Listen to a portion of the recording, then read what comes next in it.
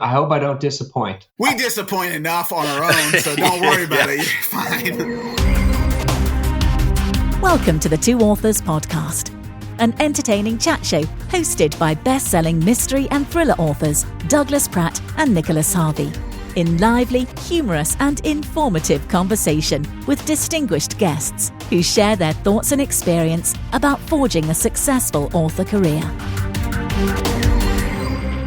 Welcome to this week's show, brought to you, as always, by the fabulous Brads over at Vellum, who I got to see a little bit in Vegas this couple of weeks ago. But I'm jealous, man. I'm jealous. Yeah. Had a great time. Just slid in and talked to them for a little bit. But yeah, they do such a great job. You know, I was looking over some of the things they do. They've got a feature that I have not used yet, but I'm really not going to figure it out. But you can put a written note text, so it looks like a handwriting in the manuscript. So like if you want to put a I love you, Doug, love Nick, you can put that in a book to me. I might have to do that. That's kind of cool. That is cool. Now I'm trying to think if I've got a book out of 30 odd books that I have a note in there that I could have done a note. I'm pretty sure I have somewhere in there. If not, I'm going to put it in a book just to use it. Also, big thank you to all of our Patreon supporters. And if you feel like you get some value from us, we'd love for you to pop on over to patreon.com/the Two Authors Podcast and, you know, show a little love to us. It doesn't, you know, we have a free tier. You can listen to the podcast. And then we got lots of other fun things just for a couple of dollars. So, but we got some cool stuff today. We got a great guest. I'm kind of excited about this one. We've got Robert Dugoni, who is like a thriller extraordinaire. He's got so many thriller books out there. If he doesn't come on the show and go, who are these two guys? And then like, how did that get on here? Clipper hangs up immediately. Well, yeah. You know, it happens sometimes. We had Stephen King. He was like, no, I'm not talking to these assholes. And he hung up on us, but you know. But we do have a listener question. So. Cool. And the listener question is actually from a Patreon supporter. So let's get to Scott Urbach. Scott Urbach, welcome to the show, and thank you so much for being a Patreon of the show and for coming on with a question. This is going to be really cool, and I got to give you a shout out. So I love your book, Admit Nothing. It's an international political spy thriller, and we'll put a link in the show notes for this episode because it's a great one, folks. Go grab that book. Well, thank you very much, and I really appreciate the opportunity to jump on with you guys. I've really learned, as you said, I'm a first-time author. I've really learned a lot from both the podcast and your Patreon. And so I've enjoyed that very much. And my question is one, I was going to hit you with a marketing question, but I decided to go with a craft question. When writing a series like all of you do with recurring characters, how do you handle plot points in subsequent books that might spoil an important twist in an earlier book for someone that's just jumping into the middle of the series and hasn't read, let's say, book one? And if you're bringing up something in book two that's going to spoil book one? That's a solid question right there. So it's tricky, right? Because in an ongoing series, your characters have to evolve. Your main character is going to have an arc. You're going to have people that come and go. You know, I've read series where you jump in and the protagonist is married, and it's like, wait, I read. They didn't even know anybody. This person, what's going on? It's tricky. I don't think there's a fail-safe way of doing that. It becomes a lot trickier, I think, when you get beyond, say, 10 books in the series. What you find is when you're releasing book 18 in a series, you'll get a lot of new readers coming in at book 18. They're going to look at it, and even when you're doing discounts and promotions on, say, book one, a lot of them will still jump in and try the new book because the blurb looks good. And it's the latest thing, right? It's the newest. So they want to read the newest one. Then they'll read it. Then they'll go back and start reading through the series and sometimes reading different parts of the series. So that gets tricky. You can't really fix that. Like you can't make your character, well, you can make your character the same age throughout the whole series. And that's actually not a bad, like time stands still sort of thing in terms of aging of characters. Sometimes what people do, and it's an interesting way. You know, the bigger problem is how much do you drop in as a seed in each book as background for the character, right? So someone's coming in, they haven't read book one, they're going to come in at book 18. You know, so my AJ Bailey character, okay, I keep her single these days, so that's not too much of a problem. She's not about to marry anybody. But the boat that she's on is different that she has now and things like that. You can't kind of fix that, but you've got to figure out how to drop in enough information about their backstory and where they came from, what they look like, things like that, without just doing this info dump in the first chapter that they're in. I find that's more of a challenge of how much to drop in there. And especially when you've got a bunch of support characters around. And I find I try and do sort of the Cliff Notes version of it all. So you give just a little bit of background and you drop it in bit by bit. So don't try and fit it all into the first chapter that they're in. In the very first book that you write, when you introduce a new character, nobody has seen this person before. So you've got to do a little bit more background and information. And then I find in the later ones, you don't want to bore the pants off of your longtime readers that have read every book in the series. They don't need to know all this background stuff again.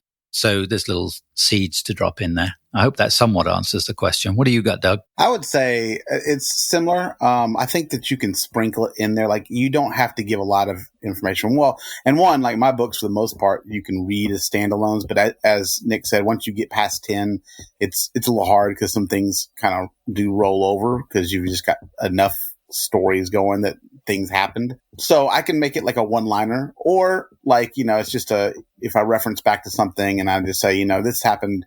If I were to reference, Chase had an incident in Cuba, and that may be the most I reference, just enough to say this was, there's some backstory to this, and I just throw it in there, but I don't tell really what happened. And I assume that when you go back and read Havana Sunrise and you start at the beginning, that you pretty much know Chase is going to make it to the end anyway, because that's the way, it'd be kind of crappy to kill him halfway through. So that's already kind of a spoiler. But the other way you could do it, I think, is use dialogue. Let him explain it to another character. And you don't have to. Yeah. That's always good. Yeah, you don't have to give all the details. Like most of the time it's like, that related back to this happening and, in the Bahamas, a couple of years ago or whatever. And Chase pretty much stays the same age. Like, I don't really know if I've aged him at all over the last 5 years. As far as I'm concerned, he's still pretty much the same age. So he's just going to kind of slowly progress a little bit more. So I just try to keep it still that way, but keep it very light. And, unless it's something super spoiler, even then I'm going to try to be pretty vague about it. I'm not going into big details or do it like Nick says, info dump. I'm just going to try to lead it in there with some dialogue, or, somebody talk about it, maybe ask him, hey, so what happened with this? And he can give a quick brief, ran aground last year or something like that. So I can throw a few more nuggets in there, which are things not to do because I've done them. So when I started, everything was dated. So the year that it was happening, especially because I'm in my AJ Bailey series, dual timelines, or in the first book's case, triple timeline, I thought I had to put a date in.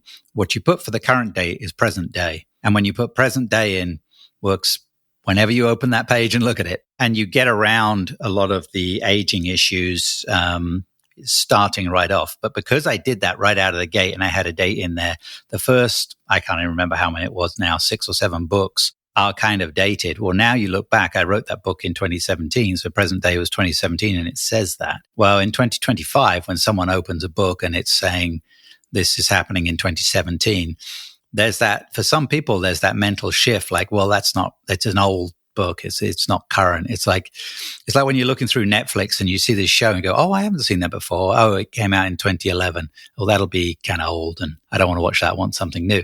So although that's new to you and you could watch it and probably enjoy it. So avoiding dates, if you can, I think is really good.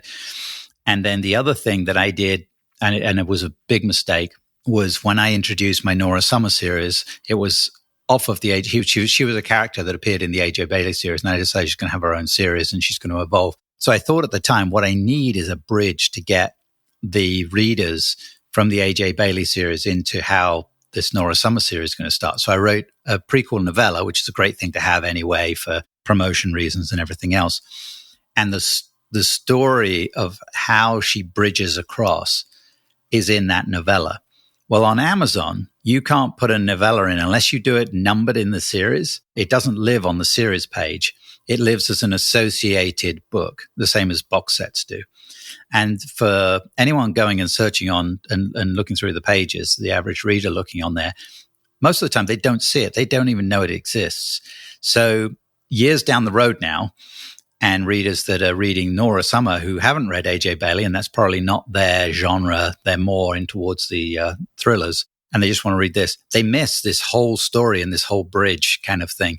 That should have been a section in the part of book one, and not, I should have done something else for the novella. Because you're referencing back, her boyfriend dies, and it's this very whole tragic thing that happens in the novella drives us to the brink of suicide, literally. And then she's sort of pulled out of that by Detective Whitaker and comes into the new story. Well, there's back references like you're talking about to it. And I've had people send me emails and go, so where did this happen now? And they can't find it. So yeah, that's a good lesson. So I hope we somewhat answered the question. Nick, you need to put a link at the very first, before you start. Hey, if you haven't read this, send them right there. Yeah, you really don't want to put it. I get that, and it's probably a good thing, but putting a link at the beginning of the book, they're just starting and maybe entering your series and going, hey, before you do any of this, go get something else. Probably not the best way. And do something else. Hey, they've already bought it. Probably not good for patrons. Yeah. That's true. Well, Scott, I hope we answered some of the question there. You did, absolutely. I really enjoyed it. Thank you very much. Cool. Thanks for coming on, man. I really appreciate you supporting the Patreon. Happy to do it. Now, let's get to this week's guest. Robert Dugoni is a #1 New York Times and #1 Amazon bestselling author whose signature works include the Tracy Crosswhite police procedural series. You read any of those yet, Nick? I have. I'm reading. I'm almost through the. I think I'm 3/4 of the way through the first book, and Her Sister's Grave. Yeah, it's really great. Oh my God, it's so good, and I can't wait to chat with Bob. He also has the Kira Duggan legal thriller series, and his novels. He also has standalones like The Extraordinary Life of Sam Hill, and some series entries that exceeds like 12 million copies worldwide, that's a lot. It's hard to picture that. Imagine a room full of 12 million copies of books. It'd be lots of rooms. It's insane. So let's get on to Robert. So welcome to the show, Bob. It's great to have you with us today. Thanks for having me. Good to be here. Yeah, thank you very much. This is an honor to have you on the show. We really appreciate it. I hope I don't disappoint. Oh, no. We'll let you know at the end, Bob. We disappoint enough on our own, so don't worry about it. You're fine. We arrived disappointed in ourselves, so you're good to go. Our wives already made notes on us. Like they give it. They're already at the end of the show. They're like, "Yeah, you could have done better at this." So every morning they're like, "Oh, I'm still married to him." So it's all good from there. Well, let's just dive in. Really, just kind of start us off. The question we ask everybody: like, how did you get started with writing? How long have you been writing and publishing? Is it something you've been doing forever, or just? Well, I think every author I've ever spoken to, except for maybe two, has been writing forever and taking forever to get published. And I fit that bill completely. I knew since the 7th grade, Sister Mary Williams class, I knew that's what I wanted to do. I wanted to be a writer. My mom was an English teacher before she had 10 kids. And oh my God. Wow. Oh yeah. There's a whole brood of us. And, she used to give me all these books to read. I didn't know what I was reading. I was just reading The Count of Monte Cristo and The Old Man and the Sea and Of Mice and Men and, Lord of the Flies and The Great Gatsby and, The Old Man. I mean, you name it. And I was just like, wow, these are really good books. Not realizing I was reading the classics until I got to high school. And first English class I was in, we were going to be reading The Count of Monte Cristo. And like a dumbass, I raised my hand and said, "Oh, I've already read that book." "Okay, we'll get you a new one." After that, I never admitted I read anything in my life. Yeah, right. So, that was the path I was on. That was what I was going to do. I had a very abbreviated high school athletic career, basically because I sucked. But I was good with words. I played for that team too, actually. It is what it is. And I found my way to the newspaper and wrote my way into Stanford University and got on the LA Times. And then I chickened out. Short of a long story, I chickened out. And all my friends were going to law school, medical school, business school. I decided I'd go to law school with my best friend because it would be a good career to fall back on, right? I could fall back on being a lawyer. Well, you don't fall back on being a lawyer. It's a profession for a reason. And got in there and, I love the guys I worked with. I love the firm I worked with. And that was probably the worst thing that could happen to me because so many lawyers get out there and they hate it and they immediately look for something else to do. Well, I actually love the guys I worked with. It was like an old boys network. It was just a great group of people. And it took me 13 years until my boss, the guy that I did a lot of work for, took me 13 years. I was a partner there and Doug was retiring. he was going to go up to Washington to start a winery. And I said, well, I'm going to do the same thing. I'm going to take a shot at a dream, and I'm going to give writing a chance. So that was, I want to say like 2000 that I did that. And then I failed miserably. 48 rejection letters later, I was thinking to myself, how the hell am I going to put my kids through, grammar school, let alone college? And that's sort of how it is. And I think that's how it is for a lot of us, right? It's just, it takes a heck of a lot of perseverance and you got to be able to accept rejection. Being a lawyer helped me in that regard a lot because, everybody, the other side always hated me, no matter what I did. I was the guy to hate. And you just suck it up and you do your best. So what was your first book that you did get published in? The first book was a book called The Cyanide Canary, which was a true story of an environmental crime that took place in Soda Springs, Idaho. But it was different than any other environmental crime up to that point in that it had a body. It had a young kid, 18 years old, who got sent into a tank to clean it out by his boss. The guy was a complete scam artist, and he was basically collecting hazardous waste from all these big mining companies up there. And then he was just burying it in the ground. And so he was cleaning out one of those big underground gas tanks and didn't tell the kid that it had been used in a cyanide leaching process. And the kid went down, but he lived. My friend Joe Hildorfer was the investigating EPA agent. I went to a party one day I didn't want to go to, didn't want to be there. I didn't want to have people ask me what I did for a living, because then I'd say I'm a writer. They'd say, what have you had published? I'd say nothing. And they'd say, oh, he's one of those guys. He's living off his life. Is that something I would have read? That's always my favorite question. Yeah. Did you write something I would have read? I doubt it. No. Yeah. Would I know you? Would I know you? Yeah, I'm standing right in front of you. Somebody actually asked me that the other night. We had at the hospital with some people, and somebody goes, "Oh, you're a writer. Is there anything you would know?" I went, "Well, do you read erotica? Then you might know it." And she's like, That ended the conversation.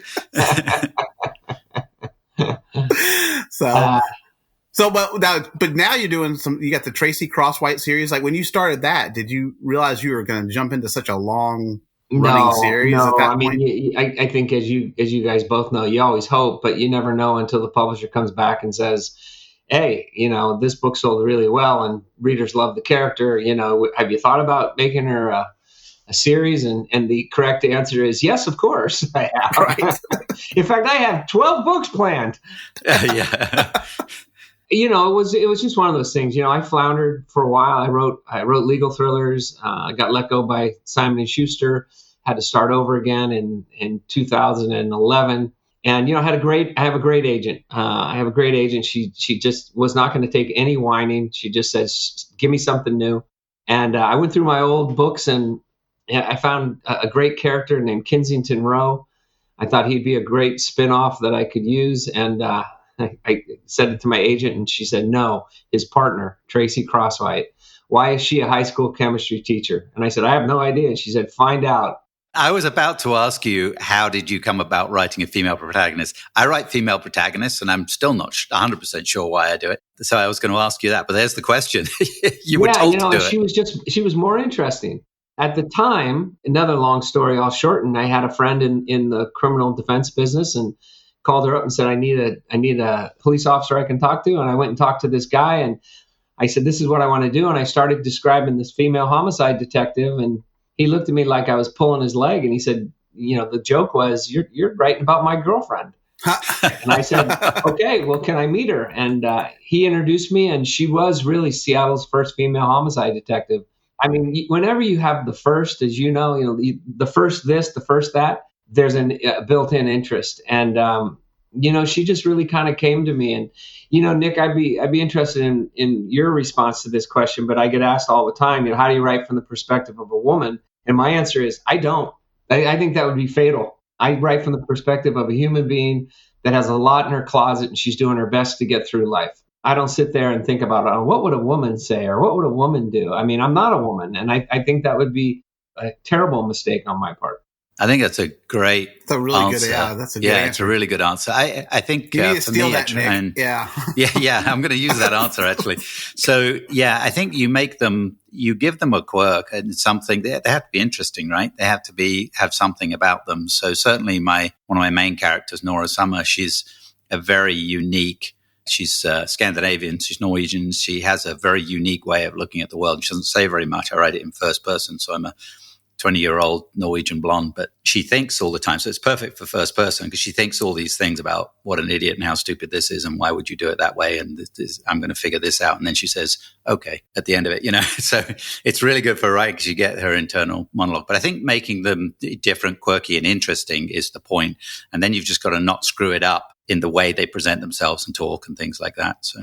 Well, I think the next big question is, are you writing James Bond, Jack Reacher, Jason Bourne, or are you writing a character that's going to progress throughout the course of your book? And I decided to write a character that was going to progress, and that creates its own problems because, unless they're just a really screwed up human being, you got to figure at some point they're going to meet somebody, they're going to fall in love. They might fall out of love, but, in my case, Tracy meets somebody, she falls in love, she gets married. I mean, there's always something going on, and you always have to kind of account for that.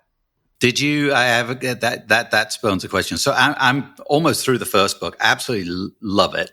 Especially the opening is you're good at this, Bob. Just in case no one's ever mentioned this before, or your millions of sales haven't suggested, you're really good at it. It's a gripping opening. There, it's very well done. Yeah. Yes, I'd stick with this one if I was you. So the opening, and I don't want to give plots away, but really gripping. And you do multiple timelines in it. Flashbacks, which I do a lot in one of my series as well. They're all dual timelines. So I was 3 chapters in and I'm like, this is my man. I'm loving this. This is all me right here. Really, really gripping. I like the multiple timelines. Do you, I think it adds a lot of depth to your story. I'm in the process of writing one now that'll be out in May, and it takes place in 1981 and takes place in the present. I think the thing that really hit home for me is I'm really old because I thought, 1981, that's not that long ago. That wasn't too long ago. No, that's 2 years before I graduated 2 years after I graduated from high school. But then I'm thinking, wait a minute, that's like 40 years ago.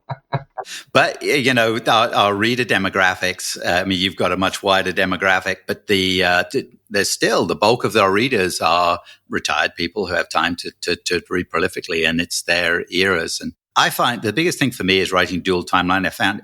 I wrote a book because I always wanted to write a book, and it's happened to be how that came out. And I wanted to do a World War II element to it and this kind of thing. So it's just what I did. And I really knew nothing about what I was doing when I did it. But it worked for me. Now, for me, I'm just about to release book 18 in that A.J. Bailey series. I get to write 2 different stories with whole new characters and these warm and cozy people that I love spending time with. So it makes it way more interesting. Yours are almost like 2 different books, Nick. They tie together, but when you read the storylines, it's 2 different storylines, and it's really great. Do you write one storyline at a time and then or do you write them while you're going along? Do you go back and forth? Yes.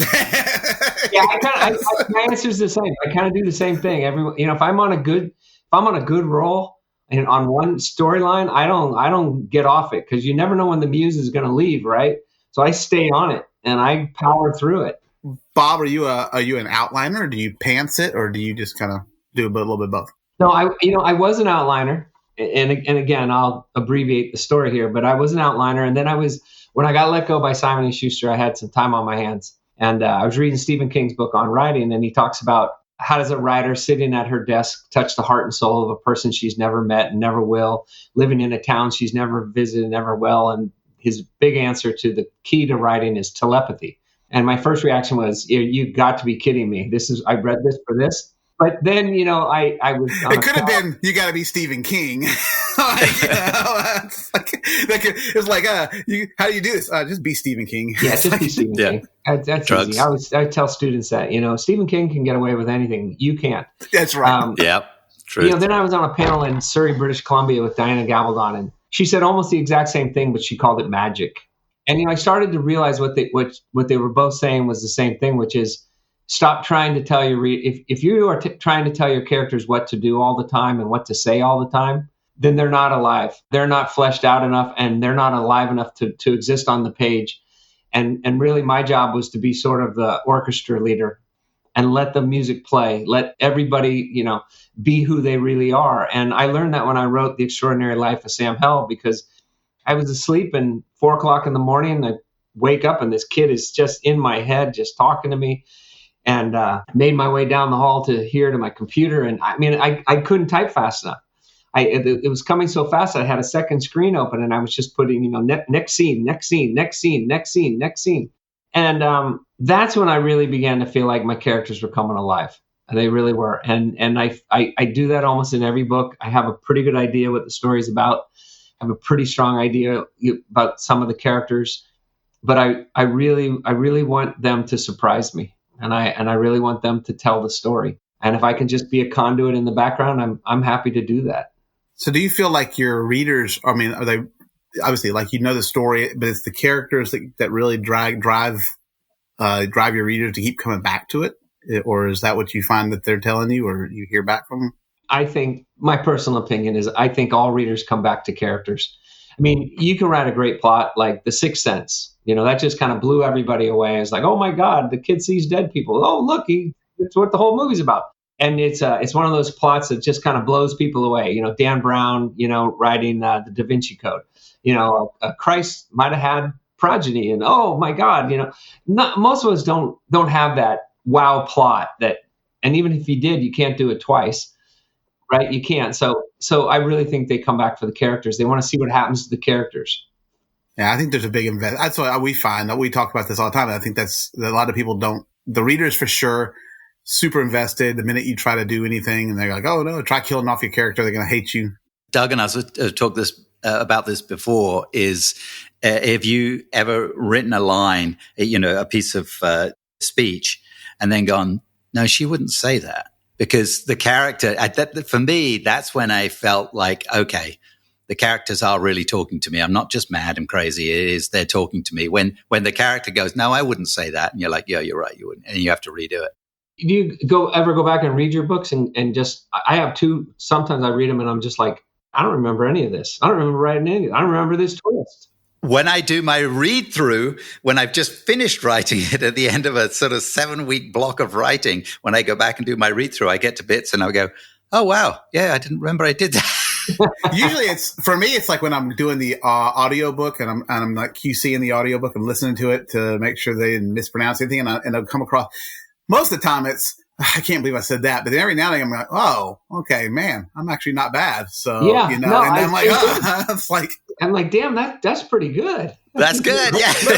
I'm like, I should keep this up. So yeah.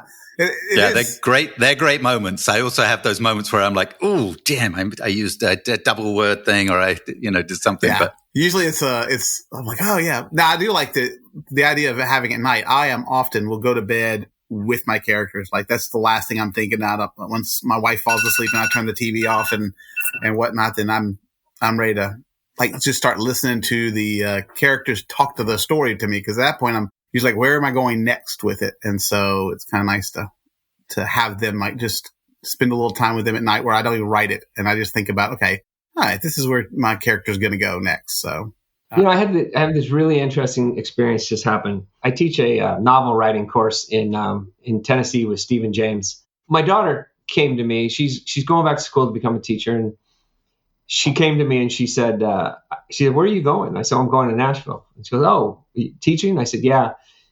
And she said, can I go? And I went, she's 25 years old. And I said, well, yeah, if you really want to, but this is a course for people that have written at least 50 pages. And Stephen and I critique it. And she said, I have 100. I said, okay. All right. And then you have that great fear as a parent, right? What's your fear? What if it sucks? Yeah. What do you say? So sweetie, you got your mom's genes. Yeah. I got on the plane and I had to read her first 50 pages and critique it. And I had 3.5 hour flight. And, it was going to be more work when I got back there. I mean, I read the first chapter and I was like, holy cow. Holy cow. And my point is that I think you can do a lot of work to make your writing better. And I think studying the craft is an incredibly important thing. Understanding story structure, how stories are told, how characters are, all of that I think is great. I think there's also an innate ability that when you put yourself in a place that the characters come alive, I think there's that innate ability to just let the characters tell the story. And she was doing things that, I teach in my class, and she'd never been in any of my classes. She'd never heard me teach nothing, but she just did it innately. I think when you put yourself in a place like we're talking about, you're comfortable to let your characters tell the story, and you're not trying to direct the orchestra, and you're not trying to you're just letting it play. I think that's when your characters, you're allowing your innate ability to exist on the page. And for me, that's when my writing career took off. And I think there's a reason for that. I think people were able to identify with my characters in a way that they had never been able to identify with them probably before. That's a good point. I think there's a degree of that. Like, my wife and I are vastly different, and she does she reads everything I do, but she doesn't have quite the imagination. And my daughter, though, it sounds like a lot like yours. She's very vivid imagination. She writes, although she doesn't publish. She doesn't want anybody to read it, but she's a brilliant artist. But I think part of that is like how you also, your parents or your mom, you said, gave you stacks of books. Like my daughter, she read all the time. And at some point we would have this game where like, hey, let's just, it's imagination. We'd talk out stories and kind of called playing in our head. Like, it's just hey, let's just see what, and she's 26.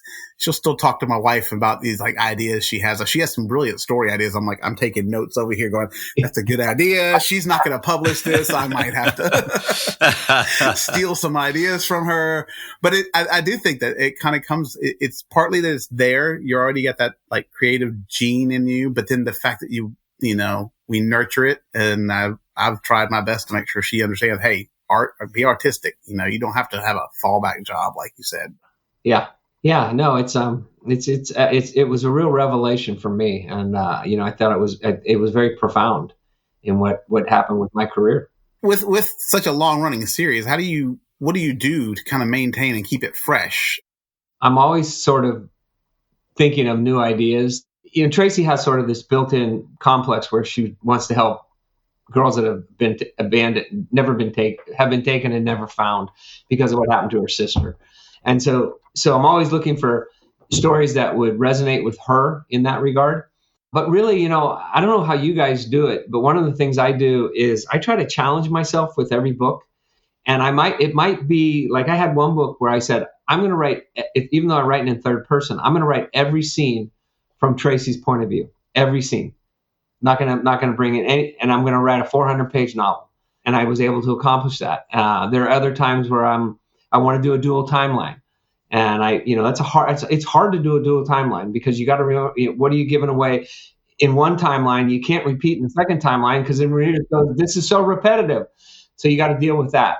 So I'm always looking for ways that I can challenge myself to write as good a book as I possibly can. And I think that's the number one thing is try to write a book better than the last one you wrote. And I'm not always successful. I know I'm not always successful. Some books are going to linger with people for reasons that, I don't have nothing to do with me. But from my perspective, and it's not a matter of staying interested because I will never lose interest in writing. I love to do this stuff. People can't believe how much time I spend at my computer. I'm just always looking for new ways to challenge myself and make my writing that much better. So when you're fleshing out a story, what tells you it's working or not working? And then how do you kind of diagnose that? And what do you do about it? It's an interesting question. So I always tell myself when I'm writing my first draft, I always say, this is my outline. I'm writing a 450-page outline. And then after I get it written, then I'm able to go back and look at it. I'm able to do a lot of the things that I teach in my class, which is just get rid of the wordiness, get rid of all the author intrusions, get rid of the unnecessary background, get rid of the showing off research paragraphs. And I think the thing for me, Nick, is if I start to feel emotional about some of my scenes, whether Tracy's in danger or whether she's taking care of a girl that's got autism, and I'm emotional about it, then I know it's going to resonate. There's something about it's going to resonate. If I feel like it's false, If I feel like I'm just pushing too hard to get a reaction, then I do the opposite and I pull back, and I might even cut the scene, because I never want the reader to feel like I'm manipulating them or that I'm toying with them. I always want it to be honest and raw and let them react to it rather than trying to force a reaction out of them. I have a spin-off question. Do you ever make yourself cry when you're writing? Once. There's three men sitting here asking about how we make ourselves cry. Yeah, I wrote I learned something one time, and I can't remember exactly who it was from, but they said, if you cry, then your reader won't. And you want to bring your character right to the verge of crying, but not allow your character to cry, so the reader will cry for them. But the other thing was, when I was writing The World Played Chess, there was a scene in there where it suddenly dawned on me. I mean, it's a story that has Vietnam is one of the stories within it. It's not a book about Vietnam, but Vietnam is in it. And 50,000 young men died in Vietnam. And it suddenly struck me as I was nearing this one particular scene at the end of the book, that this one character that I really, really came to love, I love this character, he wasn't coming home. And that was really, really hard for me to write that scene. And I did. I was writing the scene and with tears rolling down my cheeks. I didn't want to do it. But I knew it was the honest thing for the story, because so many really good men did not come home from that war. And I just couldn't write a book where everybody you liked lived. That's just not the way it was. So let's kind of shift back to your professor mind real quick. So I want to ask you like this.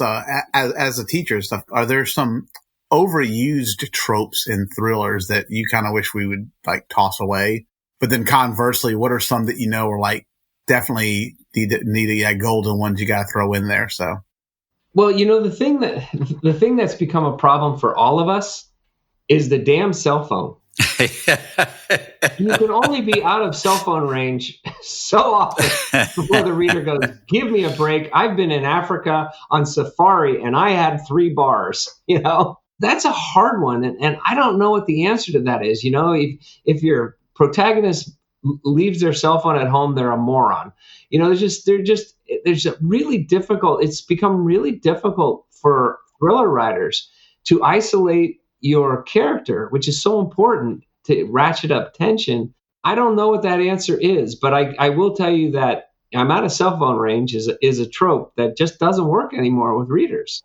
My character lives on a boat, and so he just doesn't have a cell phone, and he just kind of just said, most of the time he's out at sea, and why pay for a cell phone? So he's here, he doesn't keep one around, which again gets to be tiresome, but it becomes a running joke at some point where they're like, well, why the hell don't you have a cell phone? So, and then the other thing I think that I learned this from Barb Peters at the Poison Pen in Scottsdale. I was down there doing a book down there with her, and she came up to me, and she had read the book beforehand, which she always does. And she said, you're funny. You're really funny. And I said, thank you. And she said, how come your characters aren't funny? And I went, I'm writing thrillers. She said, so? She said, people, I mean, that's a great thing to have in a book, have humor to break the tension or to even heighten the tension. And so, I think that's one thing that we don't do enough of is, having those characters that are funny. It's kind of weird. I was just discussing that with my wife because I'm in a portion of my book, which is kind of less, it's kind of the, upswing where there's nothing really going on. It's kind of a little bit of exposition. And I'm like, I'm breaking it up with some humor at the same time. And I'm like, yeah, it's kind of fun to slide that in there because it kind of balances that pacing, in my opinion, where, up until then it's been hardcore action. And then all of a sudden you got a little bit of humor where it's just a bunch of guys kind of joking around in that moment between battles kind of a thing. And so I think that does make a difference. So, I can't say I try to make somebody funny, but when I'm creating characters, I'm always conscious of that now is let them say something. One of the fallbacks is in thrillers is people drop the F-bomb, right? They drop the F-bomb, and it's like, that's going to be impactful. That's going to be powerful. And in reality, it's not powerful. It's the opposite, because people hear that word so often now and readers don't like to read it. I mean, even young readers don't like to read it. I mean, it's like, get a little more clever. And I always like, that's what I tell my students is I always tell myself the same thing, which is, come on, can you not come up with, your character isn't smart enough to come up with something better, something that's funny or insightful or, And that's when I think, you just run the risk of lazy writing. That's something that I don't ever want to fall into that trap. My books don't have a lot of swear words in them. And that's not because, most of my readership is, middle-aged, but no, it's just that I think it can be really lazy writing. All right. Note to self, Nick, I got to take all the fucks. Okay, got to take that. Yeah. I have I had a scene. I don't put a lot. So I have one series that they don't swear. They swear a little bit, like bugger, English, but they won't F-bomb. And then the other two series, they will, but I use it very sparingly. But I got a note from actually a review hammering me for using the F-bomb in this opening scene. And I thought to myself, you try being burned alive. Yeah. And see what you say. Yeah. I believe this is a correct use of the word fuck. Well, you heard the story about I think it was Don Winslow wrote a chapter, and the chapter was "fuck you." That was it. Well, isn't it? I heard him explain why he did it and all that, and I'd never knock another author. I thought it was he's creative and everything, but I walked away from that going, I still don't really understand it. But yeah, he can get away with it, I guess, his readership and everything. But I've kind of gone in a different direction. Yeah, it shouldn't be a distraction, right? Shouldn't take the reader away if they're hitching over something. But on the flip side, so my character's a former Marine, so I've had people complain, and I've got two series. And one series I don't do any cussing in, but the other one he does. But I'm like, he's a Marine, so he's probably not going to come in and go, well, fudge, Yeah. So because there's nothing worse than reading a book that you're like, oh, this is a really good book, and then they try to take out the cussing and oh, well, that's it loses some of the momentum. Yeah, it can go the other way too. Like kind of maybe what you're saying, Bob, is there's a place for it. But you got to make sure you know how you're delivering anything that you put on the page. I think has a place if you know how to deliver it properly. So, yeah, and I think Nick said it best, which is it should never be a distraction. And I was just going through my book here for the 85th time or whatever it is before I turn it in. And it's a Tracy book, and there's a police detective who says, "What the fuck is your problem?" And it was like that fits him, and it fits there. Yeah, I'll probably hear from a couple people, but I think it's the only F-bomb in the whole book. So, Bob, you talked about you used to outline. Now you kind of pants it more, sort of mentally outline and know where you're going. Do you plan red herrings ahead, or do you just drop them in when they naturally feel like the place? Or do you go into a book going, I'm going to have 3 red herrings in here, or I need to approach it like that? Like, I need to think about it? I don't. I just let them fall into place. And I'll give you the perfect example, Nick. I got the developmental edits back. This is the 3rd time back from really a terrific developmental editor. And as I was reading the story, as I was going through it, it dawned on me that this one detective smokes. And one of the clues that Tracy finds is a cigarette butt. And it never dawned on me that a sophisticated reader, which I think we all have, that a sophisticated reader is going to go, the detective smokes. Holy shit. Never dawned on me. Now, is that a red herring? I guess it is. But, I think if you let the characters come alive and tell the story, a lot of those red herrings find their way into your books. And that's not to say that I haven't gone back ever and plugged one in. But the other thing I found, I'd be interested in what you found, I have found that readers can be really smart. They will pick stuff up and they'll tell you about it.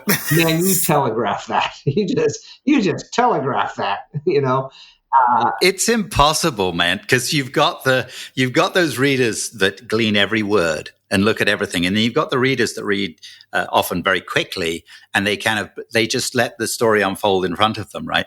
So if it's not slightly obvious, they get to the end and they're like, well, wait, this came out of nowhere. No, there was these indications. And then on the other end, you got these people like, I knew that would happen. It always kills me when people are like, oh, I knew it was going to be that guy.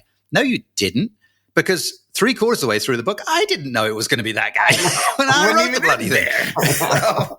No, I think that's a great answer. And I've actually said that at a conference one time. And the guy said, I said, well, you know what? I wish you had called and told me, because it would have saved me a lot of time figuring out who the killer was. I've been trying to figure him out all the way up to the end, and I still didn't get it. So you're smarter than I am. Yeah, All right, let's. We won't give you too much longer. This is brilliant, but I do want to ask this one because it's a great question that Doug put down on our list. So, what's your philosophy on opening chapters? What do they? Have you got boxes that or mentally boxes they need to check? Yeah, it's got to have an interesting opening line right away. An opening line that raises a question, gets the reader thinking, wait a minute, what's going on here? And then you got to give them somebody interesting right away. I mean, it could be the protagonist, could be the antagonist, could be another person, but they got to be interesting. They got to pull the reader in and say, what is going on here? Who is this person? And then the last thing is, I always say, it's got to be external. You know, the first chapter in particular, get out of your character's head, let the character see, hear, smell, taste, touch, and let the reader sit back like they're watching. I just went and saw The Wizard of Oz in Las Vegas at the Sphere. And I just felt like, oh my God, it just immersed me. And that's what I want the reader to feel like. That first chapter, I wanted to immerse them. They're not in anybody's head. They're literally just watching this play out on stage, and all of their senses are engaged because all of the character senses are engaged. Those are my three big things, always. That is really good. I just wrote the opening chapter to my new Cat Cromwell book. My wife is always my first reader of everything. And my wife is very even-keeled. Like, she'll never cry reading anything I write. But if I can get her to go, oh, that was quite sad, then it's like home run, right? So, and I feel like this, I was really excited about this opening chapter. It's like, when you scare yourself, you're like, man, do I have something wrong with me? This is really dark. And so I'm sort of sitting out of her view, like watching to just see the foot twitches and the hand twitches and everything. And she turned around at the end of it and went, whoa. Wow. And I'm like, yeah. I think I got it. Yeah. I always worry when I hand her one that's dark and I'm like, is she going to judge me? It's like, yeah, you guys are much braver than I am. I don't let my wife read my stuff until it's out in advanced reader's copies. Oh, wow. No, my wife, not to say she's not incredibly bright, incredibly intelligent, but she's one of those people that she picks a pen up and she opens the, she starts scribbling. Well, that's why I give it to her. Like, why are you scribbling? What are you scribbling about? Well, I don't understand this. I'm like, it's the first sentence. Yeah, I tell my biggest line is, and somebody joked me the other day, as I'll say this, my favorite line my wife writes when she writes a note, because she'll do the same thing. She makes notes and stuff on everything. And the one I know that I'm on track is when her only note is eye roll. Because she's like, whatever I said she's made her roll her eyes back, and she's like, whatever. So we have another question we ask everybody who's on the show. So let me hit you up with this one. But what do you think is your author superpower? I think my author superpower is I can emote on a page. I think that's the thing that has really dictated a lot of my success. I mean, I don't think I'm a better writer than most of the writers out there. I read a lot of manuscripts, and I read a lot of writers, and I go, wow, I mean, these people can really write. But I do think that when readers read my book, they feel them, and it resonates with them. You know, my daughter's the same way, and I think God gives us all gifts, and He didn't give me the gift of putting a basketball in a hoop or hitting a baseball with a bat. He didn't make me big enough to play football, but He did give me the ability to tell a story that will cause people to laugh or cry. I mean, they write me all the time. I get the most heart-wrenching and sometimes heart-joyful emails from readers reading The Extraordinary Life of Sam Hell or The World Played Chess or Hold Strong, and they'll just say, oh my God, I was crying, I was laughing, I was crying, I was laughing.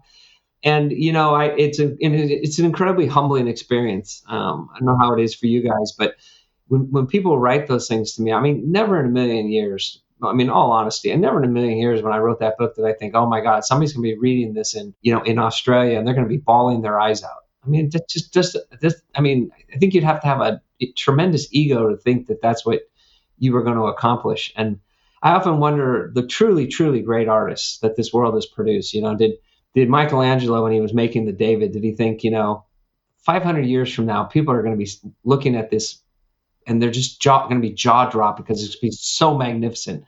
Or do they look at it and go, oh, I could have done better? Probably, yeah. Well, and so many of those artists and stuff who died, penniless, and then Van Gogh, like he always questioned what he's doing, and had no idea that he was one of the masters. I think that could be the case. Yeah, I mean, and you are. Don't kid yourself. You're a brilliant author. So. Well, you're a master in this world. That's for sure. It's just a really tremendous career, and I wake up every day. I'm sure you guys do too. I just wake up every day feeling really blessed that I get to do what I love to do for a living. It's the best job. Absolutely. Yeah. I'm a dad, and when my kids were young, I used to tell them stories, and we'd go camping and they wanted to hear a story, and I was always able to deliver. And I think some of those are the best moments of my life is, seeing the smiles on my kids' faces. And even now, they're grown, they're adults. We'll have Christmas, and every year I do a Christmas poem, the night before Christmas, just because it's what I do, right? I'm a storyteller. Yeah. We're storytellers. That's at the heart. Every good author is a storyteller. I keep doing it with my grandkids. I tell them stories now, and we act them out and stuff. So it's always it's just. Well, I envy you. I want a grandkid, but let me tell you what. They're first. better. They're better than your kids. Like I don't get to give them back. Yeah. Like I went over yesterday and hung out with my grandkids for a little bit. And I hadn't seen them in a couple of weeks, but I was like, yeah. They were like, as soon as they come in, they love me. Like, oh yeah. My kids never once did that to me. They're like, oh, you're here. So yeah, they're the best. So. All right, wrapping it up. We've got one more question for you. We have our wheel of questions. Wheel of questions. Okay. So we change it up every once in a while. So give Doug that thing a spin. And he gave it a really long spin. I gave it a good one, too. So we'll be... Well, I tightened it up a little bit. So, okay, this is a good question. What is an everyday task that you're embarrassingly bad at? Oh, my God, there's probably so many. The dangerous question would be to ask our wives this question. Yeah. What am I embarrassingly bad at? I will say. I know. I'll tell you. Taking a selfie with my cell phone. I hold the cell phone up to take one, and my daughter's like, "Give me the phone! Give me the phone!" That is fair. I think that may be our generation. Like we're just like, what? I'm like, what? And I'll say to her, "Do you want to teach me how to fish, or do you want to just give me a fish? I'm just giving you the fish. Move, give me the phone." That's brilliant. Well, and it's weird. Like I think that those of us who have daughters and wives who do that do a pretty good job. But I got a friend of mine he's our age. And he takes selfies up for Facebook. He's single. And I'm like, dude, you look like you're taking a picture. You're the stalker. Like every picture looks like you're ready to kill somebody. Just like you're the serial killer. You're Dexter or something like that. I'm always squinting at it because I can't see because I want to take glasses off if I'm taking them. And then you're like, well, I got it lined up with so I look like a mole every time I take a selfie. All right. This has been brilliant, Bob. This is such a pleasure to chat with you. Thank you so much for spending the time with us. We'd love to have you on again sometime. So next time you get a release out there. Anytime. I thoroughly enjoyed it, guys. Thanks for having me.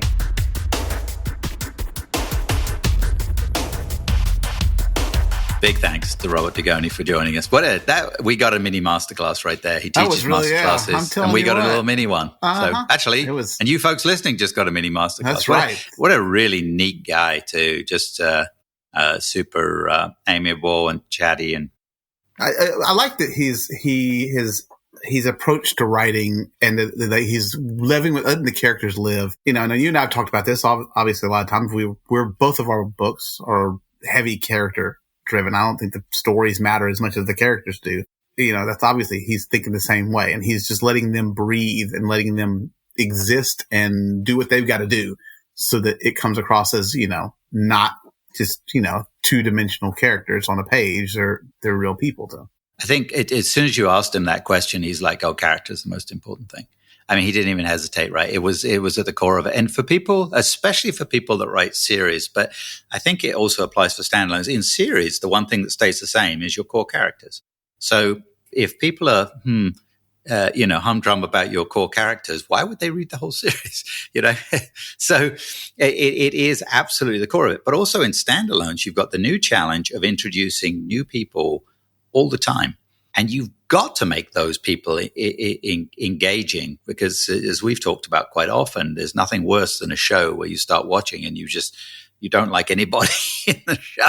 For sure, you instantly switch it off. So yeah, it's brilliant. And it's a good reminder and how he approaches each new book, challenging himself in a new way. Like, I need to make this better. And when he says better, I'm putting words in the man's mouth, which I shouldn't probably do. But what I believe he's saying is, what is my character going to do next? What is she going to be challenged with next if it's Tracy Crosswhite? Well, but also it sounds like he's also talking about just his style. Like he said, in this one book he's writing, he's only focusing on her, everything's from her point of view, as opposed to giving other aspects. And I think that, we do that.